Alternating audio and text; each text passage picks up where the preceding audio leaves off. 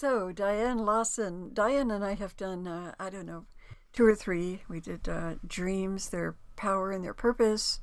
Have we done any more? Yes, we have. And What'd I we can't do? remember off the top of my head what they Well, were. we did one about spirits and the we did one about my paranormal. book, didn't we?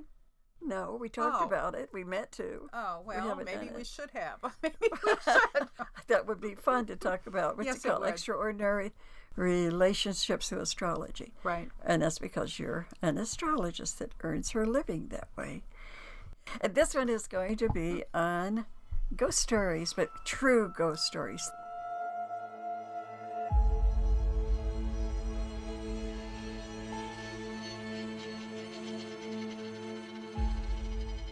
I've lived in two haunted houses, and the interesting thing about both of those houses is that several people experienced things in that house. It wasn't just me. It was several people. But was that while you were living here in Topeka, Well, Kansas? that's in the house I'm living in right now. Oh, really? Yeah. The house I've been in, it's got ghosts. Yes, yes, it does. I didn't Yes, know it does. that. It doesn't. Well, it doesn't anymore. John got rid of the ghost actually by telling them to leave. He created a ritual and told them to leave. And I believe that most of the time, if you command ghosts to leave, they need to leave. And I've had that happen in two different houses, and they've left.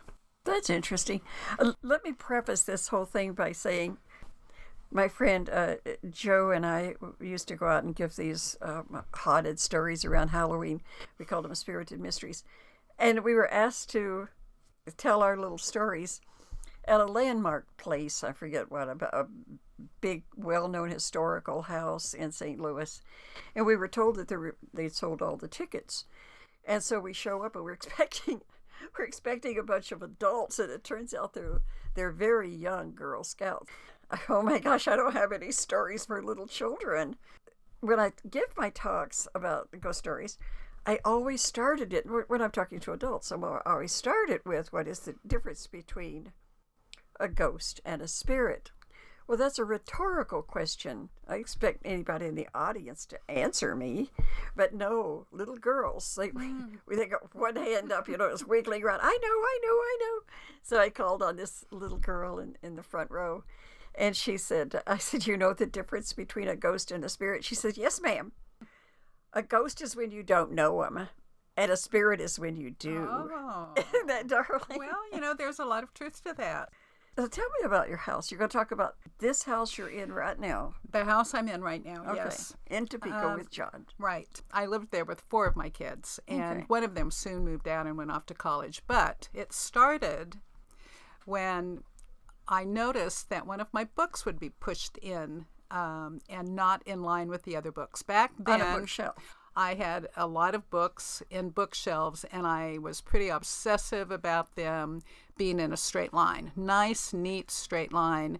And I had this one big, fat book, the Encyclopedia of Homemaking Ideas, and it would always be pushed in. And I assumed it was my kids being passive-aggressive and pushing it in to get my books out of alignment. And I kept asking them, who's doing this? Are you doing this? And they would deny it for years, every single day. And the book continued to be pushed in. Oh. And I thought, well, maybe it's because the book is bigger than the other books that are around it. And I thought maybe somehow that caused the book to move. So I kept moving the book to see it would still be pushed in every single day. Several other people in that house experienced things that I cannot explain. I had a man friend who was there, and he was out on the front porch smoking. And he looked into the living room window when he was on the front porch, and he clearly saw what appeared to be a man, a real person in the living room, looking at him through the window, and then the man just dissipated. So did he come in and tell you? Yeah, he was quite concerned because he had never had anything happen to him like that. Did he describe him? Was he anybody you recognized from the description? No. Was he dressed in modern clothes or what? Modern clothes. And you think it was the first and only time he'd been there, or was he the one pushing the book? Is there a connection? Oh, I don't know. I don't know. But then my daughter at this time was in high school, and she had a boyfriend who was over, and then he left. He got in his car, and he looked in the rearview mirror, and he saw that same man sitting in his back seat. How do you know it was the same man? Well, the description of the two people described the same middle-aged man, modern clothes. Anyway, he was a, kind of a macho dude, 19 years old, and he came running into the house, almost hysterical, and told us, because he was just freaked out beyond belief. He had never had anything like that happen to him before. That same boyfriend took my daughter to the prom, and they came back with one of these huge pictures, and kind of these, they're not really cloth or cardboard frames, but it was like an 11 by 14 picture, and it would be up on the buffet in the dining room. And he said every time he came over, it was face down. And why was my daughter putting the photograph face down? She said, I'm not doing that. It just must fall. So anyway, he propped it up, and the two of them left that room and went into the kitchen to get some pop, and then came out, and the picture was not only face down, but it had a pile of books on top of it. And they were pretty terrified. And probably the scariest thing happened to my son, Brian. He was in grade school, and he was sitting on the couch across the living room. He saw our cat. It looked as if the cat got picked up by an invisible person around the center. So the cat was suspended a little bit in midair with its four legs dangling. And the cat was thrown across the room onto Brian's lap. So those are the big things that happened in that house. When I sit on my sofa and I can see my staircase in the dining room, I can see the staircase that goes upstairs. Well, sitting on my couch in the living room, from about the middle of the staircase up, is in total darkness at night. The bottom part gets the ambient light from the living room, the lamps and things. And I can't tell you how many times those cats sit on my lap or will be cuddled up close to me, and then in unison will perk up their ears and look at the same spot on the staircase. And I always follow their look. They're all watching one thing. They're all looking at the same thing. And I will look at the same spot, and I said, well, devils aren't allowed in here, so you must be of God. And if that's the case, then welcome. And I just try to forget about it. But that happens frequently.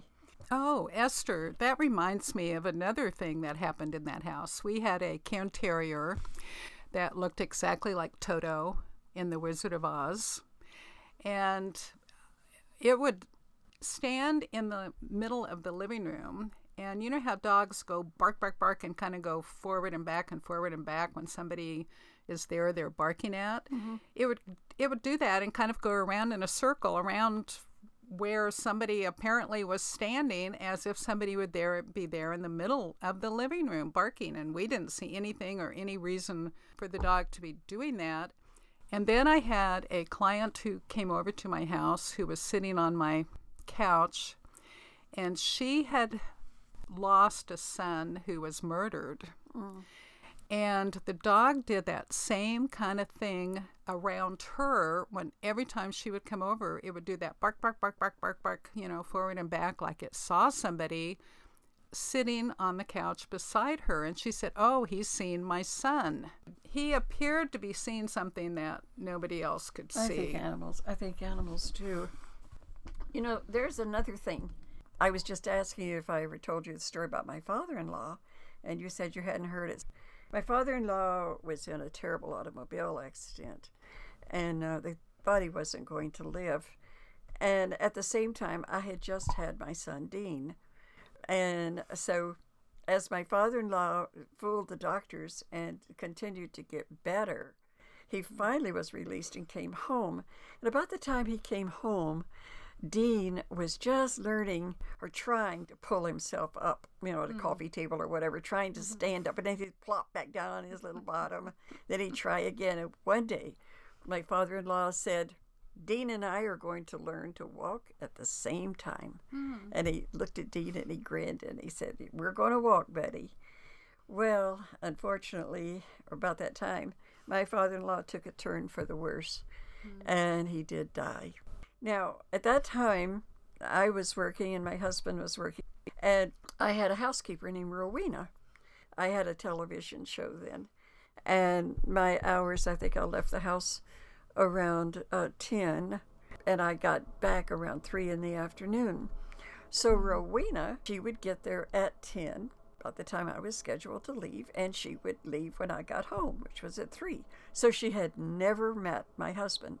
They had never been there at the same time. So one day I come home at 3 o'clock, and Rowena has got her purse under her arm, and she is ready to go. She was very agitated, and I said, what's the matter with you, Rowena? She said, do you see the mail on your dining room table? Do you see those pieces of mail? And I said, yes. And she said, let me tell you how they got there. She said, I was in the kitchen, and I was fixing the baby's lunch. And I looked up, and I saw a man coming through the front door. And he had mail in his hand, and he put it on the dining room table. And I thought, oh, that must be Mr. Farrow. So I went on about my lunch. He didn't acknowledge me or anything. And then he went right on into the hall. Now, off the dining room was a hall, a little tiny hall. If you go into the hallway, straight ahead is the little bathroom. To the left is the nursery. To the right is our bedroom. So she just figured he was going in to see the baby or to the bathroom or something.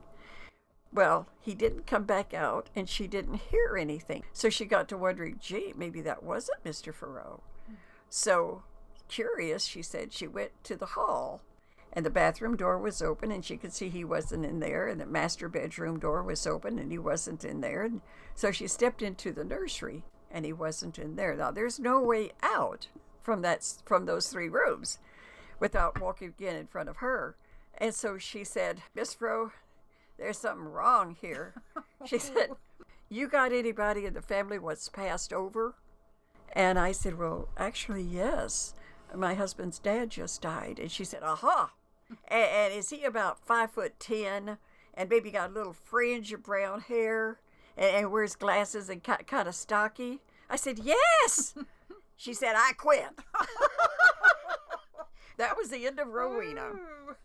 Well, I have questions about why he came over to deliver the mail. I mean, is that something he did in the past? Or? No, he had never actually come to my house alone, ever. Oh. I wasn't really that close to him. I liked him a lot, but he was a very quiet man. They lived a long way from us. He'd never come by the house alone. I'd never seen him alone. But I do have let me give you my answer to that, because people would say, why did Rowena see him, and not his wife, and not his son, and not his daughters, or even you? And my answer to that is, only in coming to someone who didn't know him would the story be believed by the family.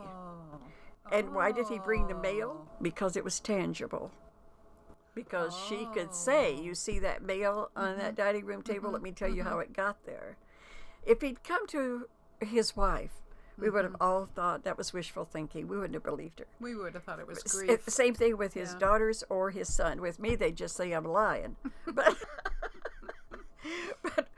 Rowena is the only one who would be able to identify him, describe him, and everybody would know it was true. And I think he did go in there and look at Dean, but he didn't have to materialize to look at Dean. Right. Yeah. Right.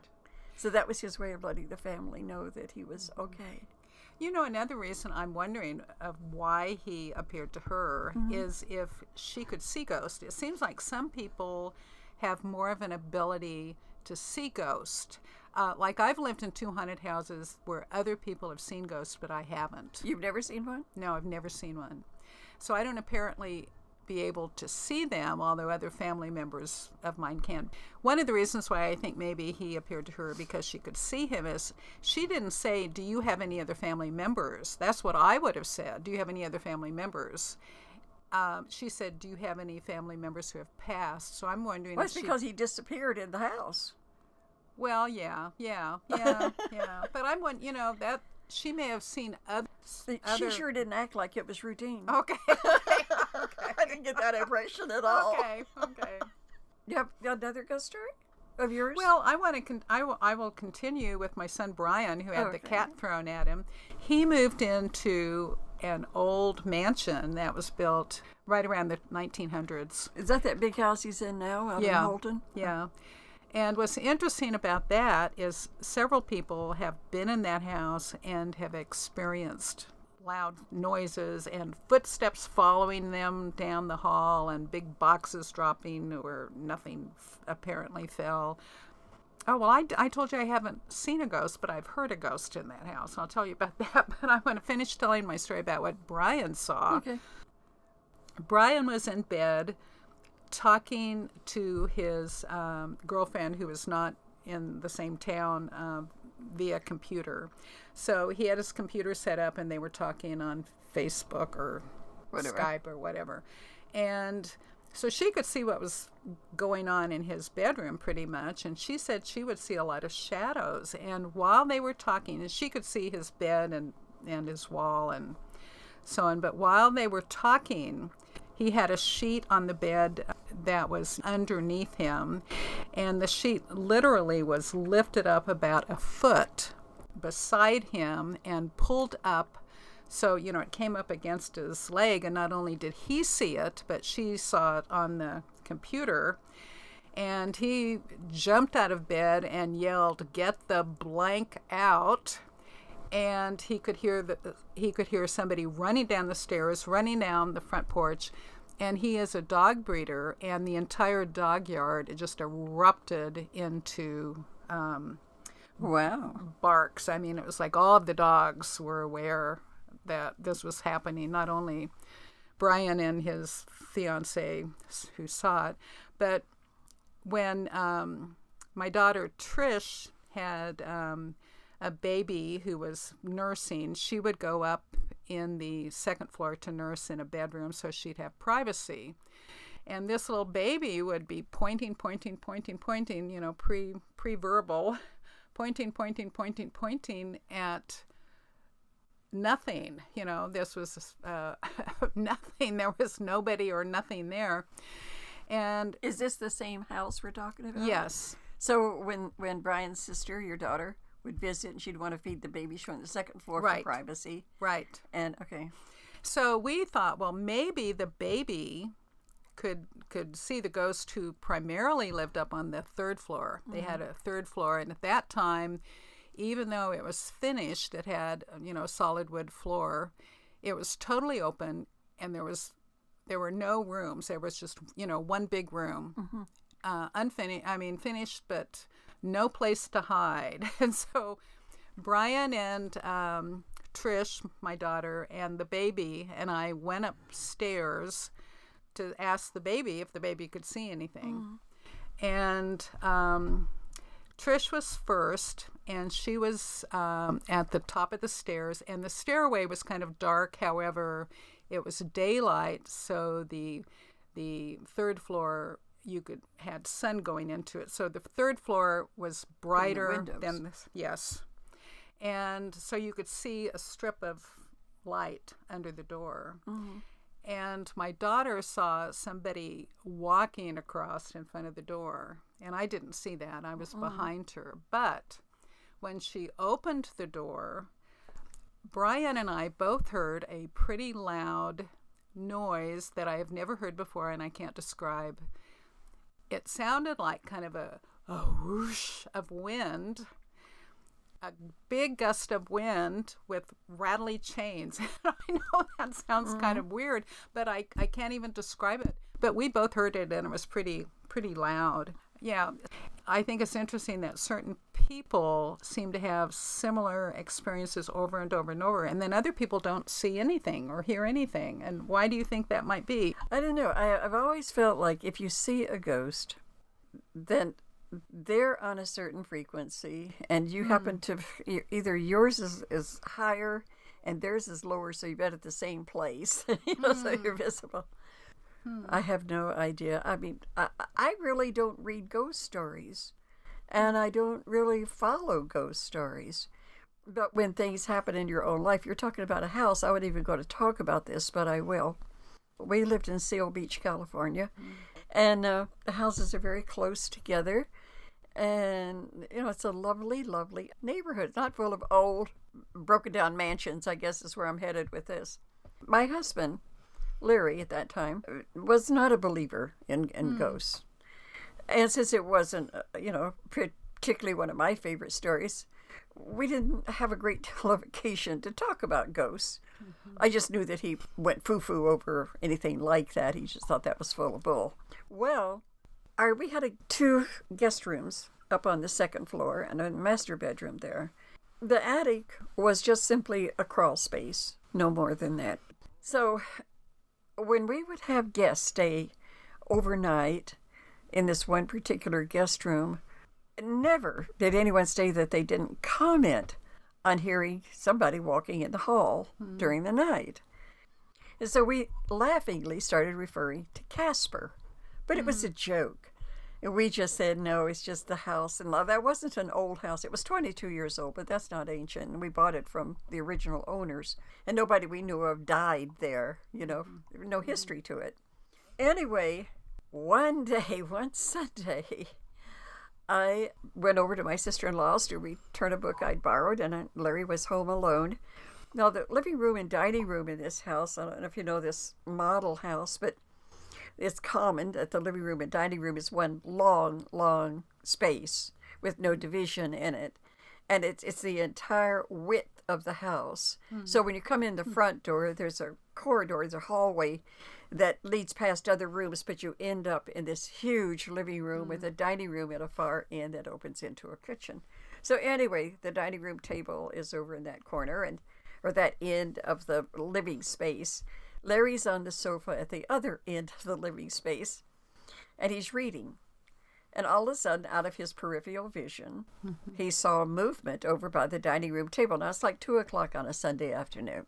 And he looked up, and there stood a man who he said was probably 6'2" or 3". Larry himself was 6'4.5", so he felt he was somebody about his size. The man was very slender, and he was dressed in a blue-gray tunic. But it wasn't, when we say that, we think of a World War I soldier or Confederate soldier, maybe. He said, no, it was nothing like that. But from where Larry sat, he said he was so struck by the beauty of the fabric. He could actually determine what beautiful fabric it was. And it was like a tunic, but it was like a soldier's uniform. But it wasn't any uniform he ever saw. The man had black hair. And he said what got him is the man was standing there at the dining room table looking at Larry, and he had the most compassionate look on his face Larry had ever seen. The man's face was so filled with kindness. This slender man in this beautiful tunic was just looking at Larry with complete compassion. But it scared the bejesus juice out of Larry. He said that the man was just as three-dimensional as you and me, except right about just a few inches where the tunic stopped, the man stopped. He just wasn't, there were no legs to him. And about that time, I drove up, and Larry heard the car pull into the driveway, and he jumps up and he throws open that door, and I tell you, he was very pale, very pale. And so we decided, he said, that's no one to be afraid of. But Esther, what did it mean? And I said, I guess it means he lives here. But the house was only built 22 years before. What is his history with the house? But we would hear him after he made himself visible to Larry. I never saw him, but we would hear him very definitely. And another time, I was gone, and when I came home, Larry was standing in front of the front door. He put his car in the driveway, and the hose would hook up beside the front door, and he was washing the car. And when he turned around, he was facing the street. When he turned back around, he was facing the house. And that same man was right outside our front door and again was looking at Larry with this incredibly compassionate look on his face. And again, he did not exist from his dark trousers from about just a few inches of black trousers. And then I came home right after that, and Larry said, I'm a firm believer now. I know there are ghosts. I've seen it. But we don't have anything to hook that up with. Well, did you do any research? No. Okay. Esther, one of the things I've always wondered is what you were talking about earlier. Why don't ghosts seem to need legs or feet? I have talked to a lot of people who have seen ghosts, and it's pretty common that ghosts either don't have feet, they don't have all of their body. Some of them have just their torso up, and some of them are floating a foot off the ground. I don't really have an answer for that because our experiences are so different. I've told the story many times about my grandpa. When I was a little girl, he sat in a rocking chair at the foot of the bed, and Mom and Grandma would be talking over on the sofa next to the wall, and I'm on the bed playing with a button box, and my grandpa is always in that rocking chair. And I the same image all the time, the black pants, a black sweater, a little black bow tie, white shirt. He's always just got this darling twinkle in his eye, and I just loved him. And every time he would glance at me, I would get all bashful. And, I'm a little girl, and I just would get so bashful when he would look at me with that twinkly look in his eye. Well, all of the time, that I saw him at the kitchen table, or no matter where I saw him, he would always just give me that twinkly-eyed little look, and he was always doing something logical, like sitting in a rocking chair while Mom and Grandma are talking, sitting at the dining room table while Grandma's at the sink fixing their lunch. Logical things, and he's certainly three-dimensional. I didn't know until I was 52 friggin' years old that he had died before I was born. Now explain that. I don't know. I don't have an I could not believe that. My grandpa was as real to me as any grandpa. And then, here's the story of Mr. Farrow that I just told.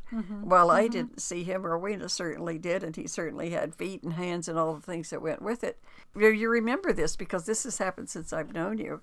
You know how the library has this thing once a year called Kansas 50 Greatest Writers. Well, this one year that I was participating, the show ended, the thing goes on all day. It's a big expo, and you've got your table and all your books are there, and you greet people and you sign your books. You hopefully sell one or two.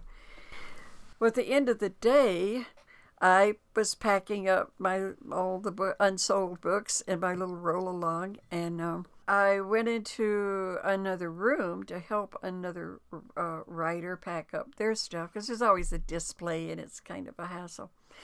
Anyway, as I was walking into the other room, this man approached me, and I would say that he was about 5'8", and my first thought was that I'll bet he's a minister or a missionary.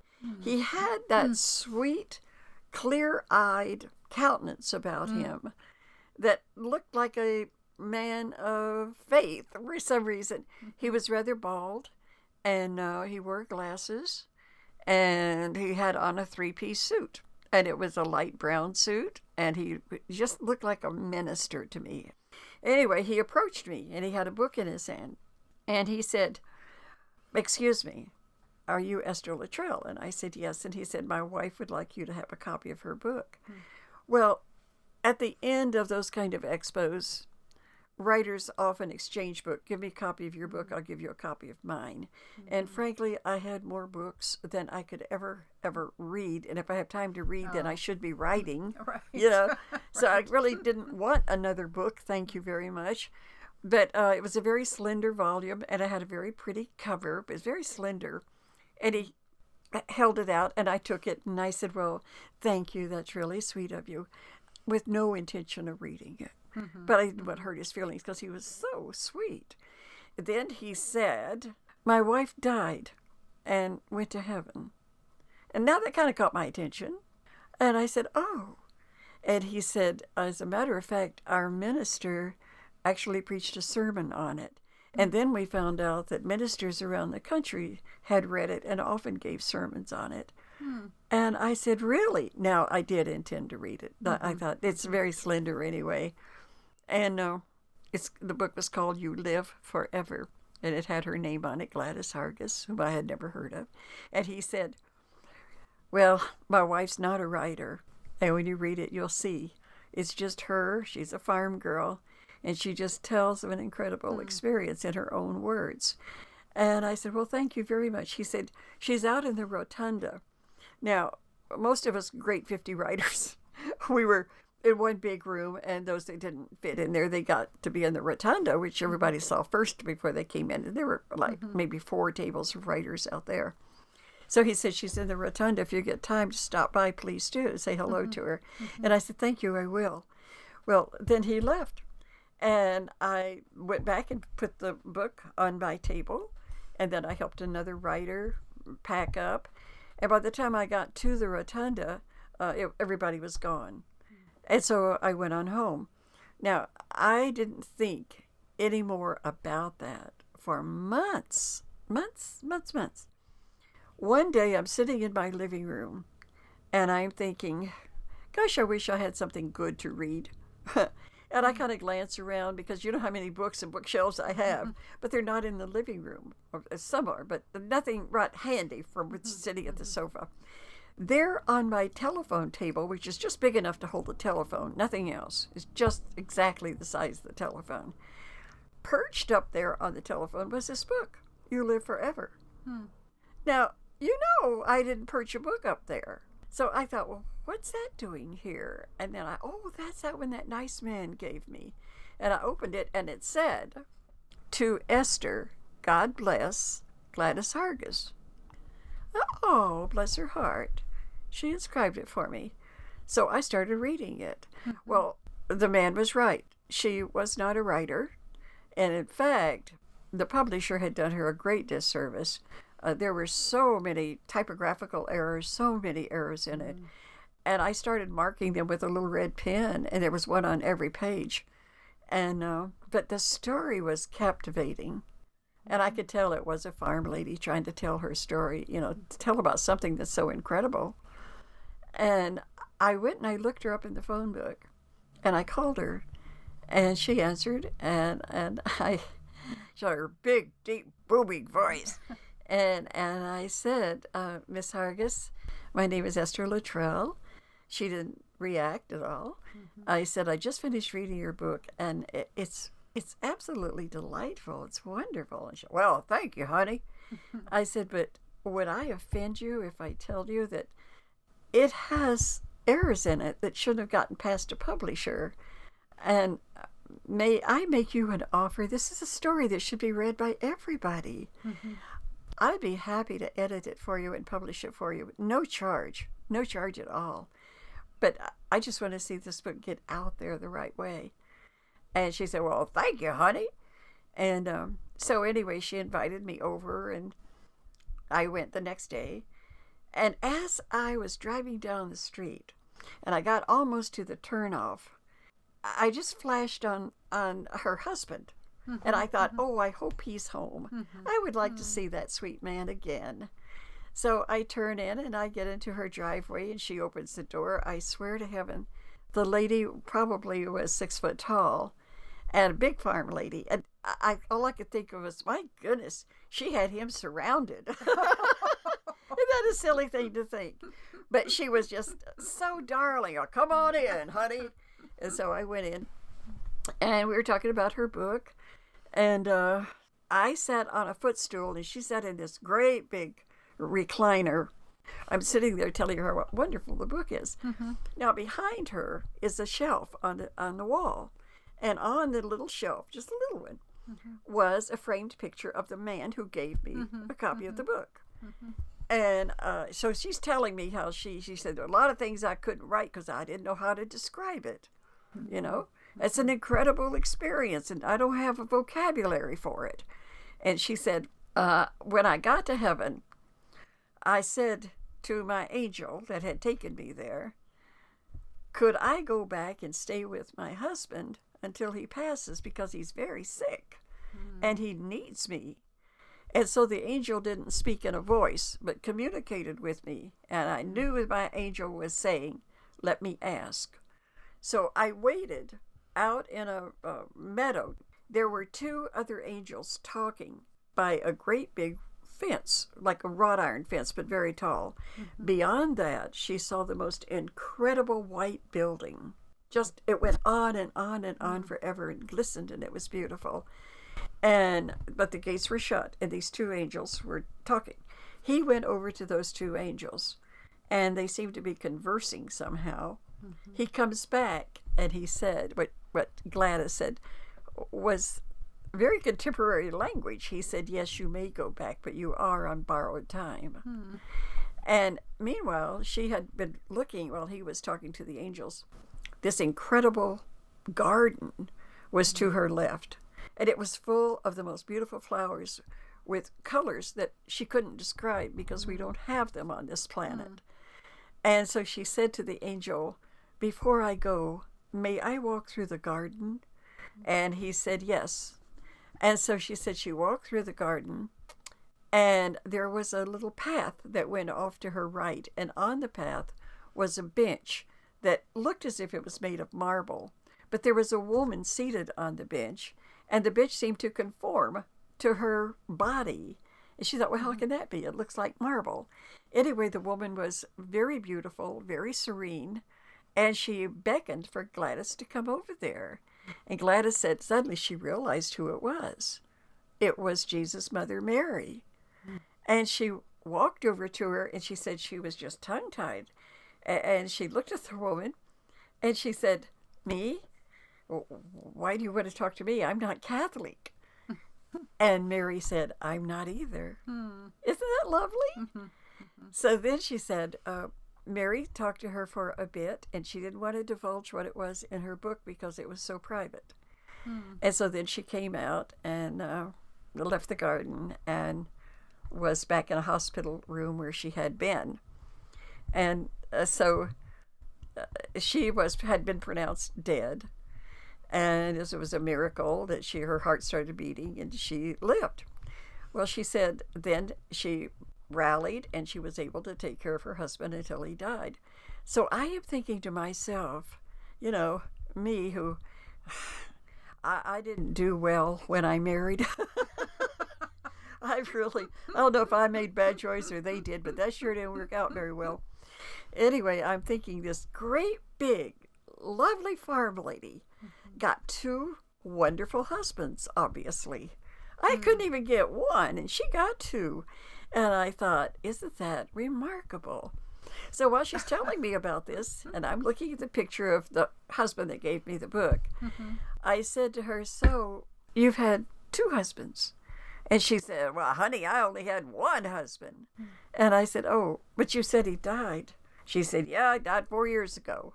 I said, no, is that your husband, the picture of him on that shelf? She said, that's him. I said, no, ma'am. That's who gave me a copy of this book. And I told her what happened and how I got it.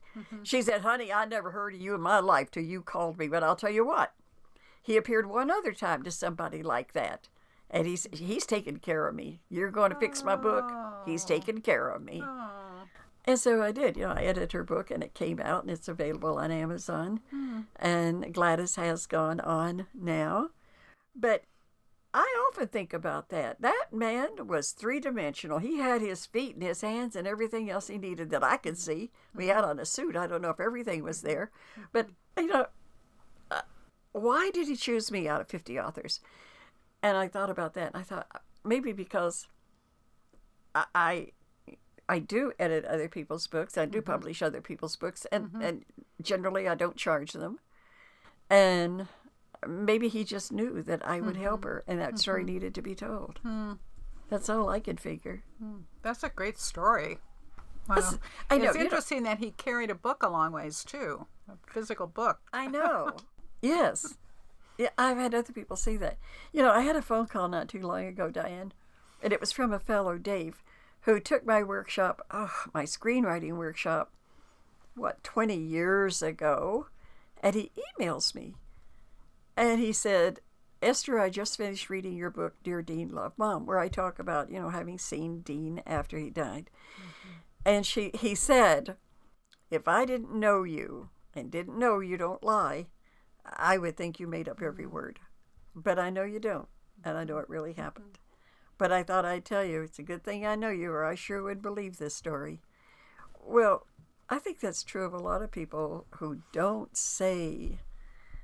tell about an encounter they may have. They don't want to hear, I don't believe you. Mm-hmm. They don't want people to think they made something up just to get attention, I know that an awful lot of people have seen ghosts, but they don't talk about it. And you're writing a book about it.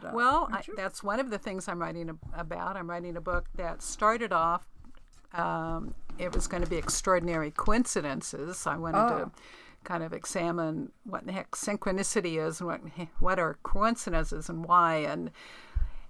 But people kept telling me all these other stories that didn't have anything to do with coincidences. So now I'm not sure where this book is going. It may be more than one book, but it may be just something about extraordinary experiences. I really want to call it something like What in the Heck is Going On? Or,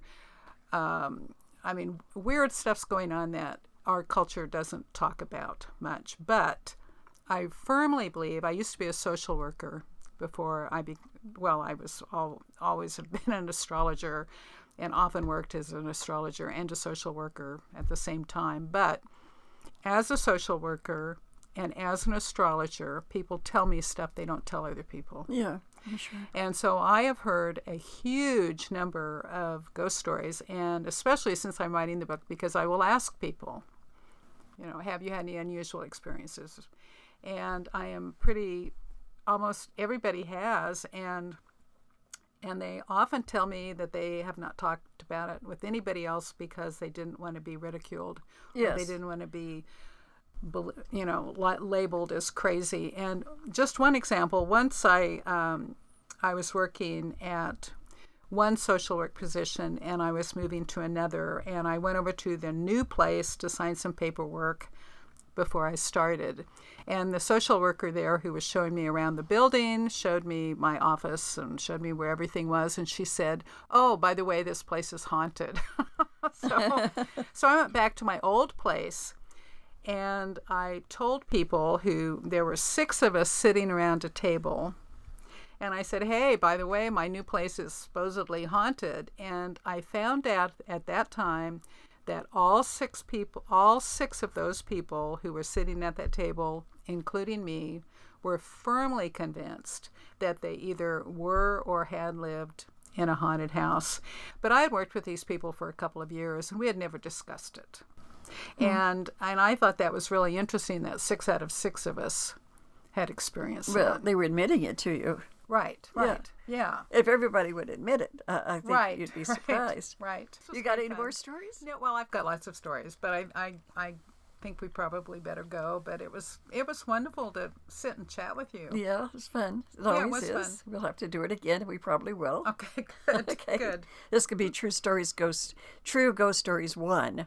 There could be a True Ghost Stories 2. There could be, man. I have gathered so many ghost stories from people I know. It's just amazing. It's amazing to me how many people who I've known for decades and have never known that until I flat out asked them. Mm-hmm. And they knew I was receptive. And then they told me. Well, you see, receptive, and now that opens up one more story. Can I tell one more quick story? One more story, I'm sorry. Dean's last Christmas, or Christmas before, 2 Christmases before he died. We were visiting my mother-in-law in Miami, and my husband and myself and Dean flew in and joined us on Christmas Day. He had never been to my mother-in-law's home before in Miami because we lived in California, and it's the first time he'd ever been to Miami with us.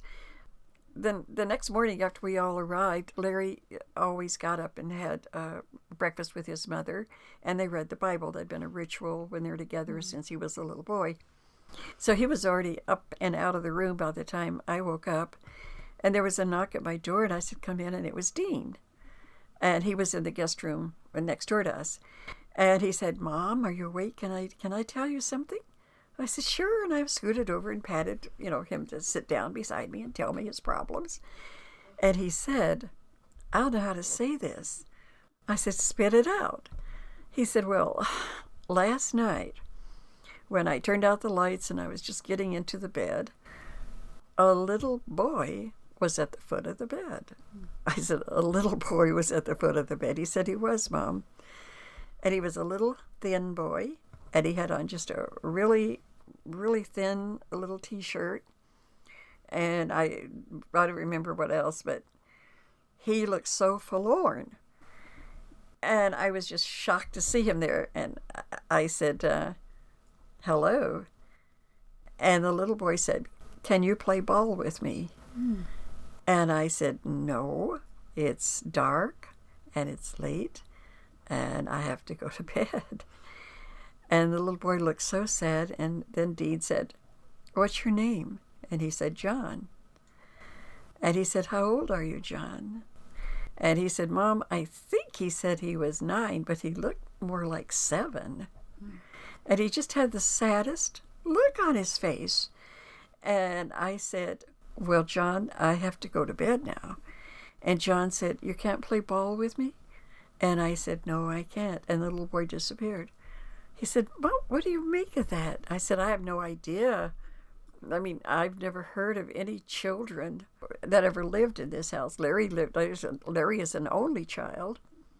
And he lived here from 1948, I think, on until he left. He stayed in Miami for college, and right after that, he moved to California. So we didn't know what to make of it. And so he went back in his room, and I got up and got dressed and went downstairs. Larry was still at the breakfast table with his mom, who heard us stirring, and she started making some pancakes. I poured a cup of coffee, and Dean was sitting at the breakfast table, Dean and Larry. And I said to my mother-in-law, do you think a little boy ever lived here that was named John? And Dianne, I got to tell you, if looks could kill, I'd be dead right now. She turned around and she gave me the evil eye. And Larry looked at me kind of panicked, and he's shaking his head subtly, like, no. Mm-hmm. And so I don't say anything else, and now my mother-in-law's kind of slamming things around. And I sit down and I eat my pancakes and drink my coffee, and she leaves, and then Larry and Dean got up and he left. And Larry said to me, Esther, I always thought I was an only child. I just learned myself that Mother had a little boy before me, and his name was John, and he died when he was very young. I just said to Dean later, Dean said, what do you make of it? And I told him what Larry told me. And it was Dean, actually, who said, oh, my goodness, Mama, nobody's ever talked about him. And I said, I guess not. Larry just found out. He said, he's just waiting to be acknowledged, Mom. And so that's what we thought. But you say, what triggered that you said to me? You said something about being receptive. Yeah. And I thought later, because Dean and I both accepted that John was a reality, that made it easier for him to communicate with me when he died 2 years later. That sort of set the stage. Yes. Okay, now we really are going. Okay. Thank you again, hon. And everybody, thank you for listening. See you next time around. Don't forget our other podcast excursion stories that are here for you to enjoy. Thanks again. Bye-bye.